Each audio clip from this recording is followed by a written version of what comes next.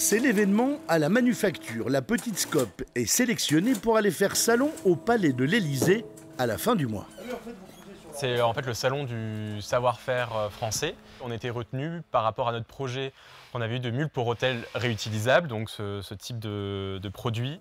C'est bon pour la planète et pour l'emploi, car ici tout est fait à la main, la découpe à l'emporte-pièce. Au total, 7 salariés travaillent. Martine était là avant la faillite en 2011. Aujourd'hui, elle est aussi actionnaire.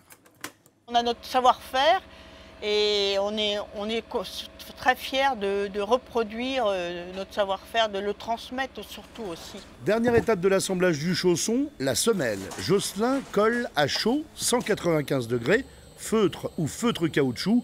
Il faut être rapide et précis. C'est une colle du coup qui refroidit très vite.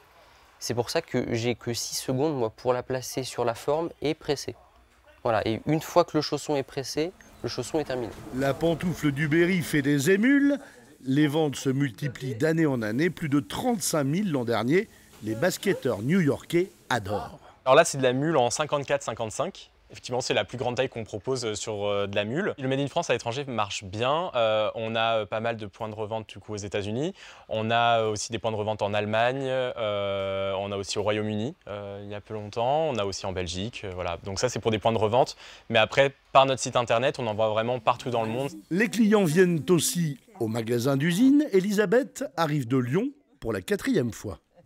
L'artisanat français, c'est un artisanat qui a une qualité excellente et il faut que ce soit connu un peu partout.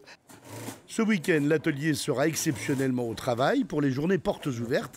L'occasion pour le public de découvrir le savoir-faire, de mettre des visages sur ses pantoufles sans aller jusqu'en Chine.